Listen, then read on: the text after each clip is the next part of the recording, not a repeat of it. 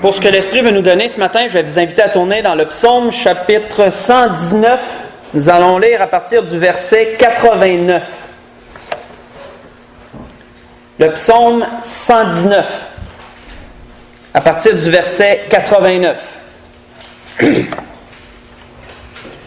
Quand David a composé ce psaume, je pense, j'en avais déjà parlé à l'Église, il l'a composé d'une façon très particulière. David s'est basé sur toutes les lettres de l'alphabet hébreu et a décidé de mettre 8 versets par lettre de l'alphabet.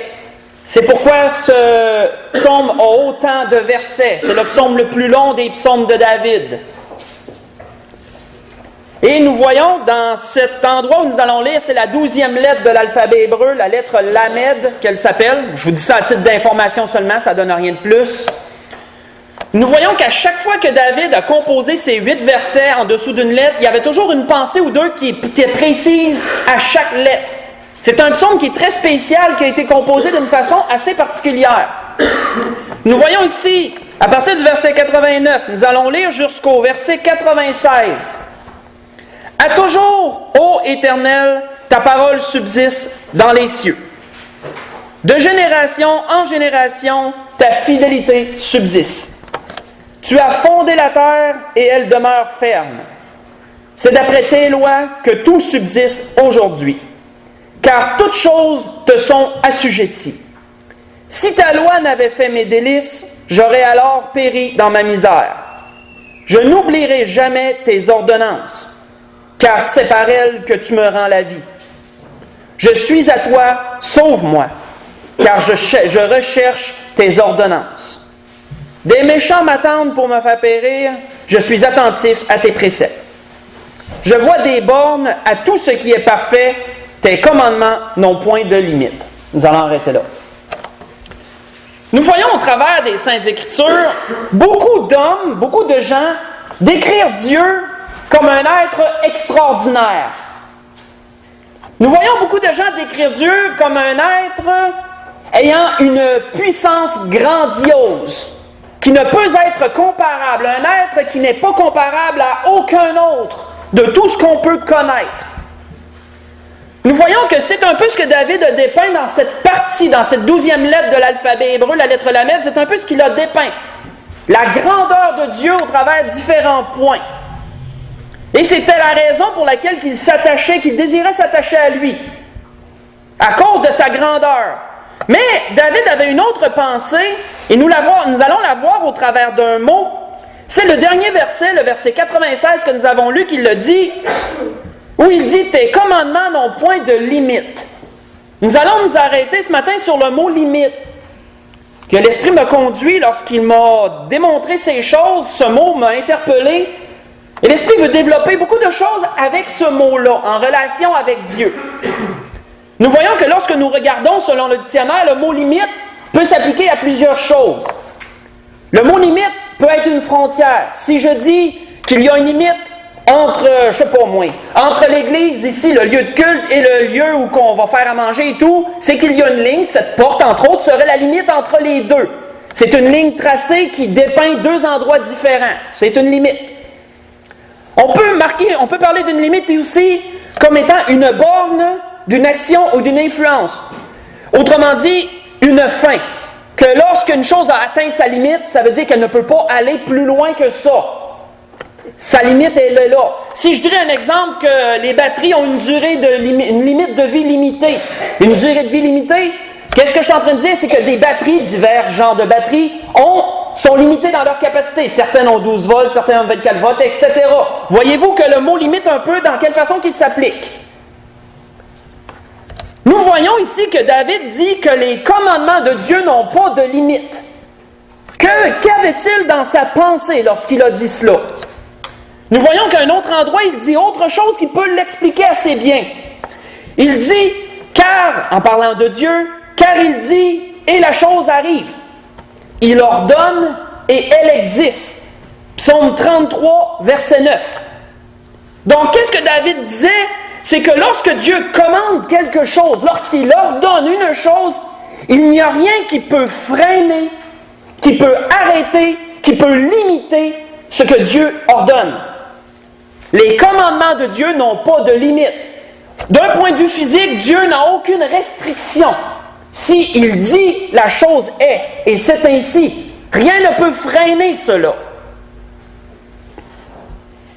Nous voyons que Ésaïe a ajouté une autre pensée en parlant de la parole de Dieu. Ésaïe a dit ceci, « L'herbe sèche et la fleur tombe, mais la parole de notre Dieu subsiste éternellement. » Isaïe 40, verset 8. Ou que Isaïe a rajouté à propos de la parole de Dieu que non seulement elle n'est pas limitée d'une façon physique, elle n'est pas non plus limitée dans le temps.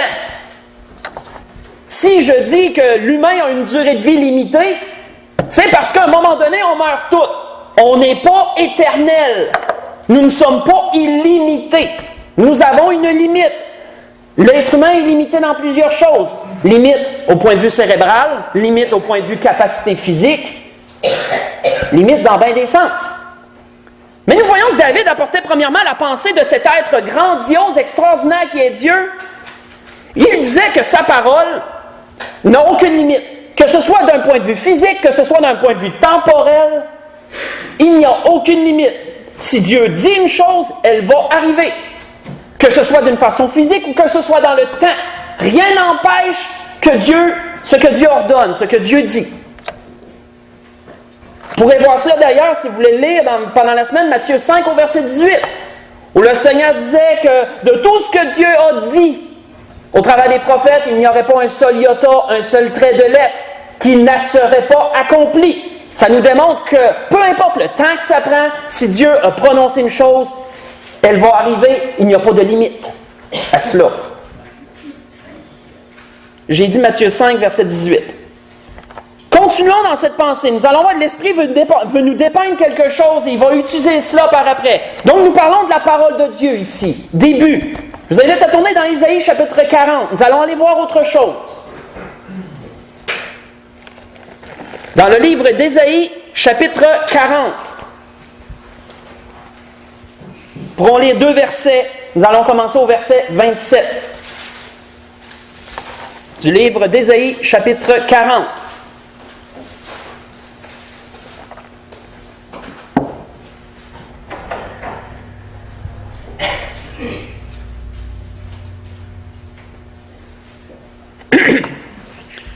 Nous voyons qu'Ésaïe dit au verset 27, « Pourquoi dis-tu, Jacob?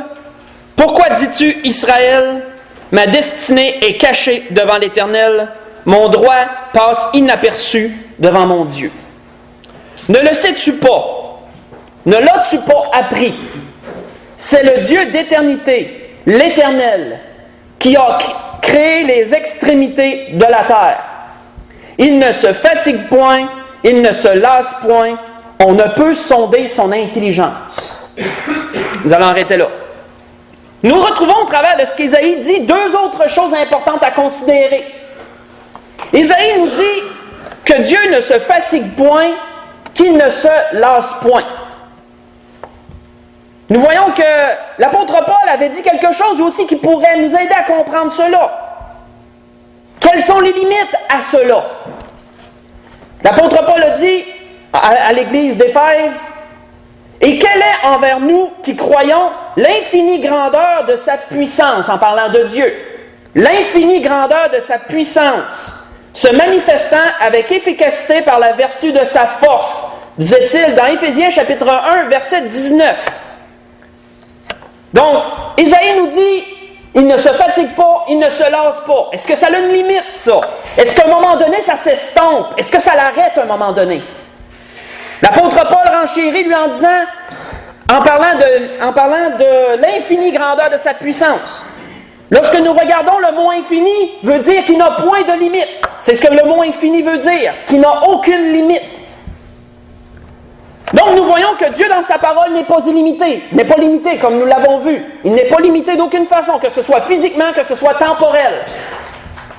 Ésaïe nous dit que dans sa puissance, Dieu n'a pas de limite non plus. Il n'y a rien d'impossible à Dieu. Nous voyons qu'il nous disait aussi, à la fin du verset 28, « On ne peut sonder son intelligence. » regardons encore le mot sonder. Selon le dictionnaire, le mot sonder, tentative de mesurer par divers moyens les limites d'une chose.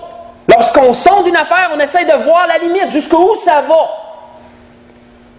Isaïe nous disait, nous ne pouvons pas sonder son intelligence. Qu'est-ce que ça veut dire? Jusqu'où ça va? David a renchéri en disant ceci, en parlant de Dieu, « Il compte le nombre des étoiles. Il leur donne à toutes des noms. » Pensez-y, là. Essayez de compter les étoiles du ciel. Nous savons que nous n'en sommes pas capables. Parce que même avec la pollution lumineuse qu'on a, il y a bien des étoiles qu'on ne voit même pas, puis qui sont là. Donc, pourrons-nous en compter le nombre? Non. Dieu, lui, compte toutes les étoiles du ciel. David dit qu'il leur donne à chacun d'entre elles un nom. Il disait aussi, à propos de cela, « Notre Seigneur est grand, puissant par sa force. Son intelligence n'a point de limite. » Je vous ai lu Psaume 147, verset 4 et verset 5. Elle n'a point de limite. Ça veut dire quoi? Elle est illimitée. Illimitée, qui n'a pas de limite, veut dire aussi à peu près la même chose que nous avons vu le mot précédent. Nous voyons donc que la parole de Dieu n'a pas de limite. Nous voyons donc que la puissance de Dieu n'a pas de limite. Nous voyons donc que l'intelligence de Dieu n'a pas de limite. C'est ce que nous avons vu jusqu'à présent. Tournons dans le Matthieu chapitre 19 maintenant. Dans l'évangile de Matthieu chapitre 19. Voyons maintenant ce que le Seigneur nous dit, toujours à propos de son Père, à propos de Dieu.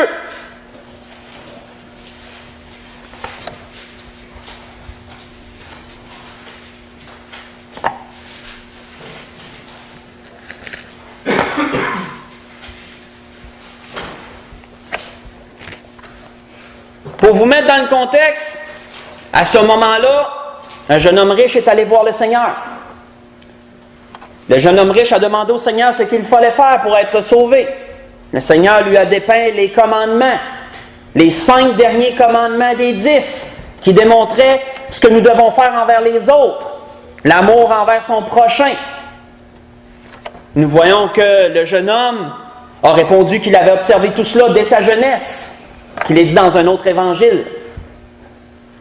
Et le Seigneur, maintenant, après qu'il ait dit cela, le Seigneur lui a relaté un commandement, comme nous pourrions dire, des 5 premiers. Si tu veux accomplir les 5 derniers, te prouver que tu aimais ton prochain, c'est correct. Maintenant, si tu veux prouver que tu aimes Dieu, parce que c'est le premier puis le plus grand des 2 commandements, vends tout ce que tu possèdes. Tu vas te faire un trésor dans les cieux, puis là, suis-moi. Et là, la Bible nous dit que le jeune homme s'en est allé tout triste, parce qu'il était très riche, le jeune homme. Il avait beaucoup de biens. Donc, nous voyons, à partir de ce moment-là, nous lisons, à partir de ce moment-là, au verset 23, Jésus dit à ses disciples, Matthieu 19, à partir du verset 23, après que le jeune homme riche soit parti, Jésus dit à ses disciples, « Je vous le dis en vérité, un riche entrera difficilement dans le royaume des cieux. Je vous le dis encore, il est plus facile à un chameau de passer par le trou d'une aiguille qu'à un riche d'entrer dans le royaume de Dieu. » Les disciples, ayant entendu cela, furent très étonnés et dirent, « Qui peut donc être sauvé? » Jésus les regarda et leur dit, « Aux hommes, cela est impossible, mais à Dieu, tout est possible. » Qu'est-ce que le Seigneur voulait dire aux disciples? Qu'est-ce qu'il voulait démontrer? Que oui, l'homme a des capacités limitées. Aux hommes, certaines choses sont impossibles. Comme de se sauver soi-même. Il est impossible de retourner vers Dieu de soi-même, peu importe les bonnes œuvres que nous le ferons. Nous savons cela. Donc l'homme a des capacités limitées. L'homme est limité dans le temps, l'homme est limité physiquement, l'homme est limité moralement, mentalement, limité dans beaucoup de sens. Dieu n'a pas ces limites-là, lui. Il y a certaines choses qu'aux hommes, il est impossible de faire. Mais à Dieu, tout est possible. Comment définirions-nous, frères et sœurs, le mot impossible, qui est à la limite du possible? C'est de cette façon qu'on peut définir le mot impossible. Lorsque ça dépasse le possible, lorsqu'on dépasse la limite de ce qui est possible, ça tombe dans l'impossible. C'est une façon de voir les choses. Jésus leur dépeignait, aux hommes c'est impossible. Autrement dit, là, vous ne pouvez pas aller plus loin que ça. Mais à Dieu, tout est possible. Dieu ne connaît pas la limite entre le possible et l'impossible. Il n'y en a pas de ça pour lui. Tout est possible à Dieu. La Bible nous raconte, nous dépeint beaucoup de situations où des gens ont vécu des expériences avec Dieu qui leur ont démontré cela, qu'aux hommes certaines choses sont impossibles, mais qu'à Dieu tout est possible. Laissez-moi vous en lire une entre autres. Nous voyons qu'un jour, la mère de Jésus, lorsqu'il n'était pas encore conçu, lorsqu'il n'était pas encore enceinte, mais qu'elle a appris cela par l'ange, voici ce que l'ange lui a dit.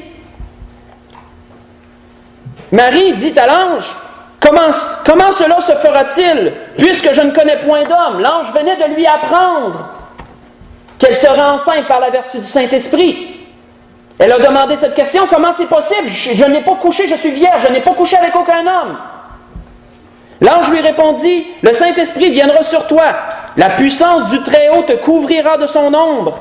C'est pourquoi le Saint-Enfant qui naîtra de toi sera appelé Fils de Dieu. Et voici, Élisabeth, ta parente, a conçu, elle aussi, un fils dans sa vieillesse, et celle qui était appelée stérile est dans son 6e mois, car rien n'est impossible à Dieu. Voyez ça dans Luc, chapitre 1, je vous ai lu du verset 34 au verset 37.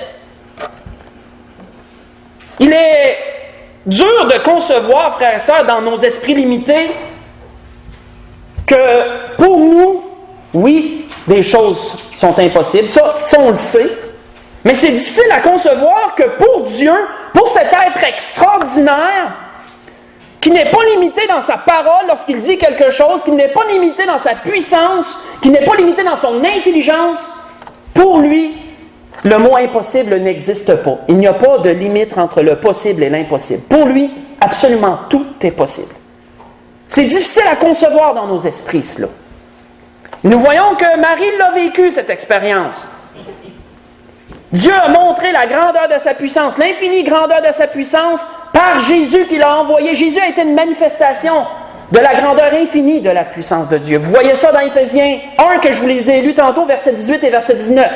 Vous allez le voir là. L'apôtre Paul relate ça. Mes frères et sœurs, tournons à un dernier endroit. Juste pas tellement plus loin, Matthieu 17. Reculons un tout petit peu. Nous avons vu jusqu'à présent le mot limite dans plusieurs sens en ce qui concerne Dieu. Il n'y en a pas, tout simple que ça. C'est ce que nous avons vu selon la parole, qui dépeignait plusieurs attributs de Dieu. Dans Matthieu 17, lorsque les trois disciples sont montés avec le Seigneur sur la montagne, il fut transfiguré devant eux et tout, nous savons que pendant ce temps-là, en bas, il s'est passé quelque chose. Un démoniaque, un père a emporté son fils, qui était démoniaque. Et là, nous voyons que les disciples en bas n'ont pas pu le guérir. Entre-temps, là, le Seigneur redescend de la montagne avec ses 3 disciples. Et là, la situation, il constate la situation. Le Père va tout de suite voir Jésus et lui dit, tes disciples n'ont pas pu guérir mon fils que j'ai amené. Commençons maintenant au verset 20. Au verset 19 plutôt. Parce que là, Jésus a guéri le démoniaque. Il a chassé le démon. Les disciples, lorsque tout a été terminé, l'ont pris à part, ils ont dit, Seigneur, alors les disciples s'approchèrent de Jésus et lui dirent en particulier, pourquoi n'avons-nous pu chasser ce démon? C'est à cause de votre incrédulité, leur dit Jésus. Je vous le dis en vérité, si vous aviez de la foi comme un grain de sénévé, vous diriez à cette montagne, transporte-toi d'ici là, et elle se transporterait. Rien ne vous serait impossible. Nous allons arrêter là. Qu'est-ce que les Écritures nous disent? Nous sommes limités. Dieu est illimité. Il n'y a à Dieu rien d'impossible. Dieu n'est pas limité dans quoi que ce soit, nous le sommes. Par la foi, Dieu est prêt à nous assister de ses capacités à lui. Pour nous, c'est impossible. Par la foi, Dieu peut le rendre possible. Dieu est prêt à nous prêter assistance dans nos besoins, de sorte que ces capacités à lui qui sont illimitées se transmettent à nous d'une certaine façon. Et que nous puissions dépasser nos propres limites. Que certaines choses qui nous sont impossibles, avec Dieu, deviennent possibles. Et cela par le moyen de la foi. Sachant toutes ces choses, frères et sœurs, parce que nous voyons encore, juste un dernier endroit, nous voyons qu'à un autre moment donné, le Seigneur a dit à un père, encore un autre père, qui avait amené son fils, nous voyons que Jésus lui dit, parce que le père il a dit, si tu peux faire quelque chose, fais-le. Jésus a dit, si tu peux, tout est possible à celui qui croit. Mais Marc 9, verset 23. Qu'est-ce que Jésus démontrait? Ce que je suis en train de vous dire. Pour nous, c'est impossible. Dieu veut nous assister par la foi et le rendre possible, peu importe la chose que ce soit. Sachant tout cela, frères et sœurs, sachant que nous avons accès à un Dieu qui a des capacités illimitées dans toute sa personne, que si nous avons foi en ses capacités à lui, il est prêt à repousser les limites qui nous restreignent, nous, en tant qu'êtres humains. Dans tous les sens. Que ce soit moralement, que ce soit physiquement, Dieu peut nous faire faire des choses que nous ne serions pas capables de faire en d'autres circonstances. Dieu peut nous amener dans notre personne à un point où que nous ne croyons pas possible pour l'instant peut-être d'aller là. Peu importe ce que c'est. Sachant tout cela, pourquoi sommes-nous encore si limités? Sachant tout ce que Dieu peut faire. Pourquoi sommes-nous encore si limités, frères et sœurs, dans nos personnes? Ou que Dieu nous dit que si vous avez la foi, rien ne vous serait impossible. Il y a des raisons, vous savez, pourquoi nous sommes encore si limités, malgré que nous avons derrière nous, au-dessus de nous, mais derrière nous d'une façon imagée, un Dieu qui n'a pas ces restrictions-là. Pourquoi sommes-nous si restreints, nous? Dieu veut nous démontrer deux choses ce matin que nous devons surveiller dans nos vies pour cela. Dieu nous a dépeint un portrait. Nous comprenons maintenant pourquoi Dieu a dit ces choses. Comprenons maintenant ce qui nous restreint, nous. Je vous invite à tourner dans le livre de Jérémie, chapitre 1. Dans le livre de Jérémie, au chapitre 1.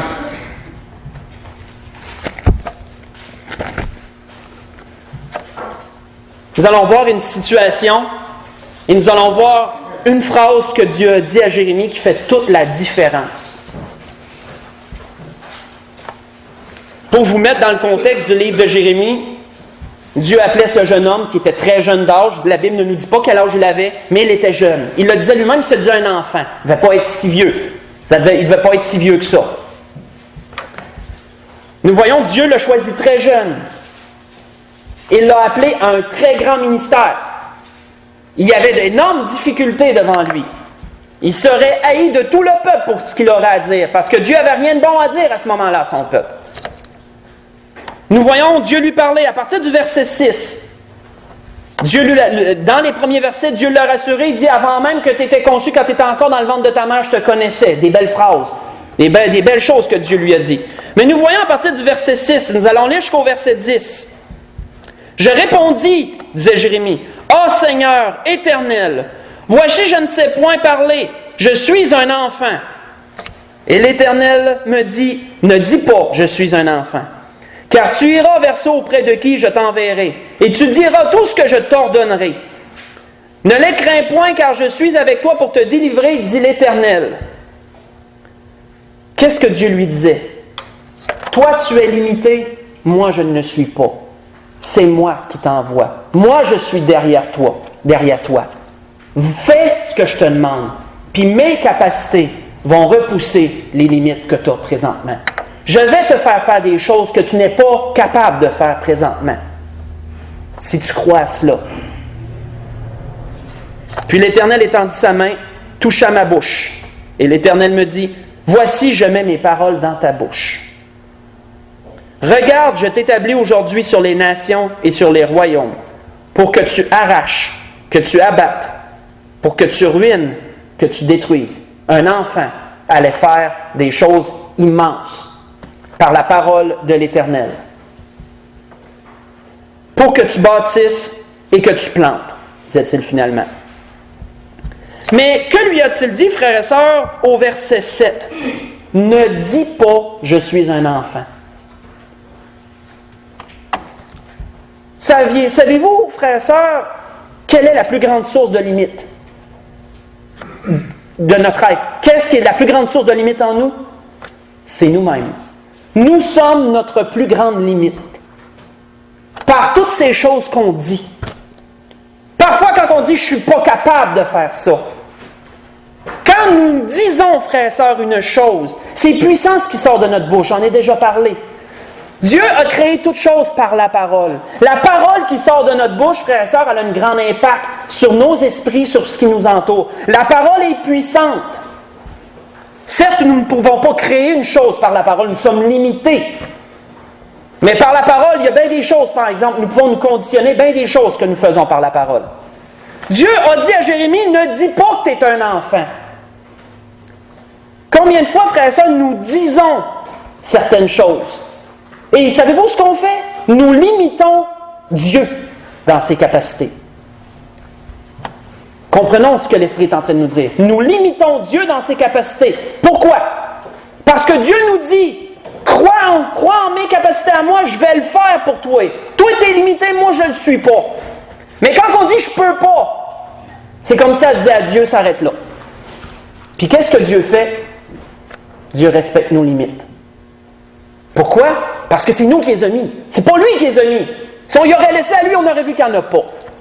Mais parce qu'on en a mis, nous limitons Dieu. Et nous le faisons très souvent. Malgré qu'on sait que Dieu est illimité dans toute sa personne, on l'a vu. Malgré que Dieu nous a certifié que par la foi, rien ne nous est impossible. Malgré tout cela, nous sommes encore limités. Parce que notre incrédulité nous fait dire trop de choses. Nous voyons une autre circonstance qui ressemble un peu à celle-ci. Nous n'y tournerons pas. Vous la connaissez bien. Vous pourrez la lire pendant la semaine si vous le voulez. C'est Moïse lorsque Dieu l'a appelé. Vous pourrez voir ça dans Exode chapitre 4, verset 1 au verset 17. Lorsque nous analysons ce que Moïse a dit, nous voyons que Moïse a mis des restrictions à Dieu. Et Dieu a dû respecter les limites que Moïse a établies. Je vous explique. Dieu avait en vue dans son plan que Moïse aille parler à Pharaon. Moïse n'aurait pas besoin de personne d'autre pour aller parler à Pharaon. Dieu lui a certifié qu'il était avec sa bouche. Il a dit d'ailleurs à Moïse, n'est-ce pas moi qui ai créé la bouche de l'homme? Si je veux que tu parles, je peux te faire dire ce que je veux. Si tu veux t'abandonner comme de raison. Si tu crois que je peux faire ça. Mais nous voyons que Dieu a dû lui dire, après que Moïse se soit stiné un peu avec lui, amenant toujours ses faiblesses, Dieu essayant de le réconforter, de lui dire, regarde, je vais être là, je vais t'appuyer. Nous voyons qu'il est dit juste au verset 14, alors la colère de l'Éternel s'enflamma contre Moïse et il dit, n'y a-t-il pas ton frère Aaron, le Lévite? Je sais que lui parlera facilement. Qu'est-ce que Dieu disait? Toi, tu t'es mis des limites concernant ta parole. Moïse disait qu'il avait la langue embarrassée, qu'il ne sentait pas qu'il était capable de parler. Dieu a dit, mais moi, c'est moi qui l'ai créé la bouche de l'homme. Si je veux, tu vas parler. Moi, je suis capable de te faire parler. Mais Moïse a tellement apporté, il a tellement établi de limites que Dieu lui a dit, ben il y a Aaron, ton frère, lui, il n'est pas limité dans ce sens-là. Aaron, il avait sûrement la parole plus facile que Moïse. Dieu lui a dit, Aaron, ton frère, lui, il va parler. Donc, il va y aller, vous allez y aller ensemble. Voyez-vous, comprenons-nous ce qui s'est passé. Dieu a dû respecter les limites de Moïse parce que c'est lui qui les a mis. Dieu lui certifiait qu'il n'y en avait pas s'il voulait. Mais Moïse était trop incrédule sur ce côté-là. Dieu a dû prendre son frère pour que son frère parle à Pharaon. Et Moïse allait dire les paroles à Aaron. C'est pour ça que Dieu lui avait dit dans les derniers versets, « Toi, je vais te donner les paroles à toi. Toi, tu vas les donner à Aaron, puis Aaron va les donner à Pharaon. » Ça fait toute une chaîne en bout de ligne. Mais ce n'était pas ça qui était dans le plan de Dieu au départ, quand vous lisez cet endroit. Le plan de Dieu, c'est simplement de révéler les paroles à Moïse, que Moïse les donne à Pharaon. Lorsque nous disons, frères, nous disons tellement de choses. Notre incrédulité nous fait tellement souvent mettre des limites à ce que Dieu voudrait faire au travers de nous. Nous ne voyons pas souvent, il y a bien des fois, nous ne voyons pas la puissance de Dieu parce que c'est nous qui avons mis les limites, c'est nous qui avons barricadé. Et là, Dieu ne traversera pas cela parce que Dieu nous demande d'avoir la foi en ses capacités à lui. Comprenons ce que l'Esprit nous dit ce matin. Si nous demanderions au Seigneur de travailler sur notre incrédulité, sans l'exprimer, et dire, Seigneur, à moi c'est impossible, mais à toi tout est possible. Par la foi, nous pourrions laisser Dieu repousser nos limites à nous. Et nous ferions des choses que nous n'avions même pas imaginé être capables de faire en d'autres circonstances. Parce que c'est Dieu qui repousserait nos limites. Lui n'en a pas, nous en avons. Dieu nous propose de nous assister. Mais ça prend la foi. Ça prend la foi en ses capacités à lui. Et si nous mettons des limites, attendons-nous pas que Dieu va essayer de les défaire. Dieu va attendre qu'on enlève, qu'on retire la limite. Et là, lui, va nous assister. Comprenons de la façon que Dieu travaille. Dieu est ainsi. Nous mettons nos limites. Trop souvent, nous limitons Dieu. Nous sommes notre plus grande source de limites. Voyons un dernier point. Nous avons vu ce point-là. Voyons un dernier point dans Osée chapitre 5. Dans le livre d'Osée au chapitre 5. C'est un dernier point avant d'aller à la conclusion.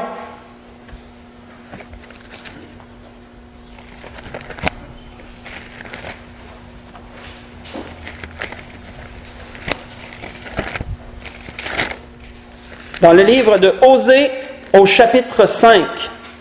Nous allons lire le verset 1 et nous allons tomber ensuite au verset 3.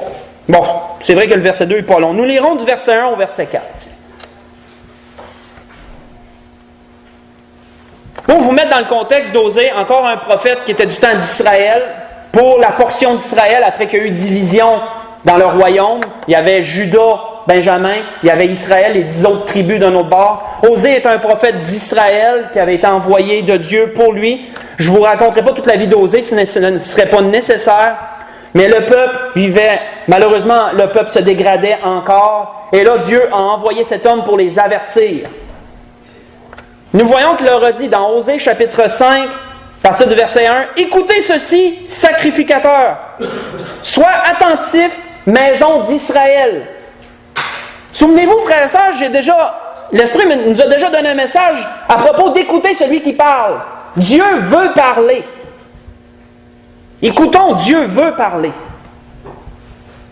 Prête l'oreille, maison du roi, car c'est à vous que le jugement s'adresse, parce que vous avez été un piège à Mitzpa et un filet tendu sur le Tabor. Par leur sacrifice, les infidèles s'enfoncent dans le crime, mais j'aurai des châtiments pour eux tous. Je connais Éphraïm et Israël ne m'est point caché. Car maintenant, Éphraïm, tu t'es prostitué.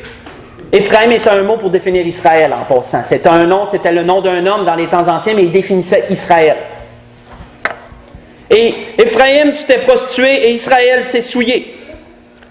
Leurs œuvres ne leur permettent pas de revenir à leur Dieu, parce que l'esprit de prostitution est au milieu d'eux et parce qu'ils ne connaissent pas l'Éternel. Nous allons arrêter là. Voyons le début du verset 4. Leurs œuvres ne leur permettent pas de revenir à leur Dieu. Qu'est-ce que ça veut dire? Nous avons vu que par nos paroles, nous pouvons mettre des limites à Dieu. Par nos œuvres, nous pouvons aussi mettre des limites par nos œuvres. Nous voyons qu'au travers de la façon qu'ils agissaient, ils s'étaient mis des limites de sorte qu'ils n'étaient pas eux-mêmes capables de retourner vers Dieu à cause de ce qui était dans leur vie. Ils s'étaient eux-mêmes limités, encadrés à cause du péché. Nous voyons que le Seigneur d'ailleurs disait dans l'évangile de Jean, pas besoin d'y tourner, il disait ceci aux Juifs, en vérité, je vous le dis, leur répliqua Jésus, quiconque se livre au péché est esclave du péché. Jean chapitre 8, verset 34. Qu'est-ce qui arrive à un esclave? C'est qu'il est limité dans ses capacités à cause du joug qu'il porte. Il est enchaîné, où il est surveillé de sorte que ses déplacements sont limités d'une façon ou d'une autre. Un esclave a plusieurs limites. Lorsque nous laissons un péché dans notre vie, lorsque nous décidons de vivre d'une certaine façon, nous plaçons nous aussi des limites. Et vous savez, c'est le jeu du malin de faire cela. Le malin veut que nous soyons, il veut qu'il y ait des limites entre nous et notre Dieu. Parce que s'il y a des limites entre nous et notre Dieu, nous ne verrons pas tout ce que Dieu peut faire pour nous. À cause de ces fameuses limites. Satan veut produire l'incrédulité dans nos cœurs. Il veut que nous disions bien des choses pour que nous nous limitions, pour que nous limitions Dieu. Et qu'ainsi Dieu ne puisse pas agir pour nous à cause de l'incrédulité qui est entre nous et lui. Et des paroles surtout qui ont été prononcées. Satan veut réussir à introduire des choses dans notre vie pour que nos œuvres mettent encore des limites. Pourquoi pensez-vous qu'Ésaïe disait dans un endroit « Ce sont vos péchés qui vous cachent sa face et l'empêchent de vous écouter » Ésaïe disait cela à cause des limites que le péché produit. Le péché produit des limites entre nous et Dieu. Et c'est le but du malin, vous savez, tout cela. Leur péché ici les empêchait de retourner vers Dieu. Nos péchés pratiqués, des choses que nous gardons dans nos vies, sur lesquelles nous ne nous repentons pas, que nous désirons garder, vont mettre une limite entre nous et Dieu. Dieu ne pourra pas nous manifester toutes ses capacités infinies à cause des limites que nous avons nous-mêmes mis, d'une certaine façon. Et Dieu veut nous dire cela ce matin, frères et sœurs, nous démontrer que nous l'avons vu, que lui n'a aucune limite. Et il désire nous assister pour que nous aussi, nous n'ayons pas de limite. Mais il y a des choses qui ne doivent pas être pour que cela soit. Si vous pourrez lire pendant la semaine, si vous le désirez, Josué, chapitre 6, et le chapitre 7 aussi, du verset 1 au verset 5. Et en gros, vous verrez que lorsqu'il y a eu la prise de Jéricho, Dieu a manifesté l'impossible. Une ville fortifiée dont les portes sont fermées, c'était impossible à prendre. À moins que tu l'assièges puis que tu attendes qu'elle soit vraiment plus capable de le supporter puis que là, elle capitule. Si tu faisais ça, tu pouvais réussir à en emmener à bout, mais ça pouvait être long. On parle de mois, on parle de peut-être d'années, dépendant des ressources de la ville en question. Nous voyons qu'ici, dans cet endroit, en 6 jours, ils ont réussi à prendre une ville fortifiée. Pourquoi? Parce qu'il n'y avait pas de limite entre eux et Dieu. Dieu leur a demandé une chose, Dieu leur a demandé de lui faire confiance et que ses capacités allaient repousser leurs limites à eux. Ils l'ont fait en 6 jours, la 7e journée, les murailles se sont écroulées parce qu'ils ont fait ce que Dieu demandait. Les capacités infinies de Dieu, illimitées, ont pourvu à leurs limites à eux. Ils ont été capables de prendre une ville fortifiée en 6 jours, ça ne s'est jamais vu dans l'histoire.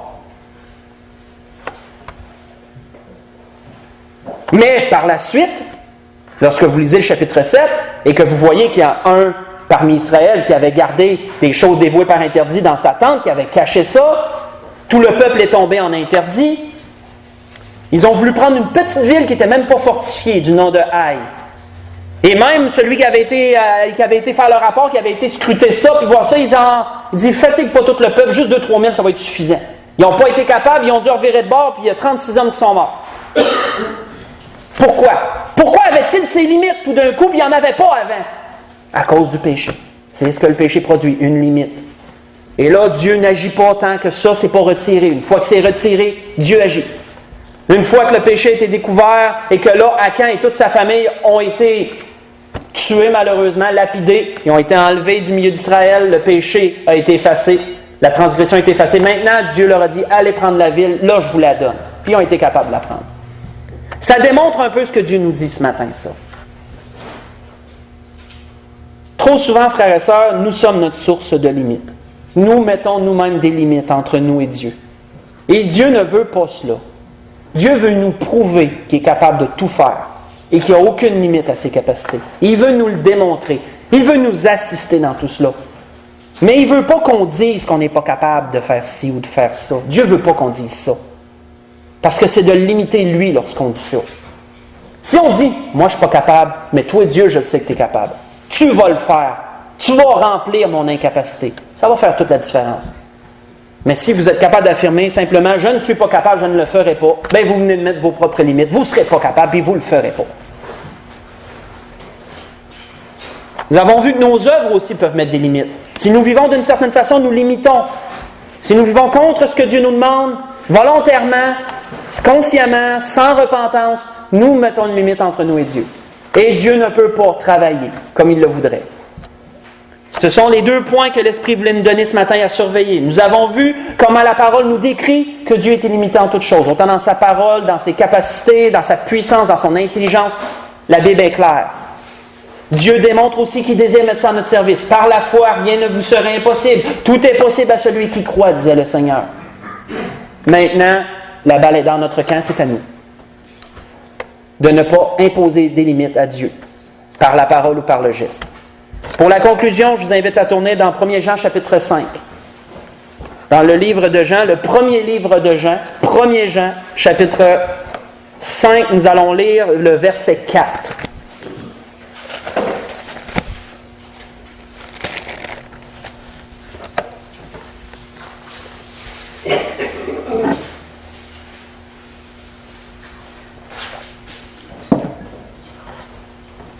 Dans le premier livre de Jean, chapitre 5, le verset 4.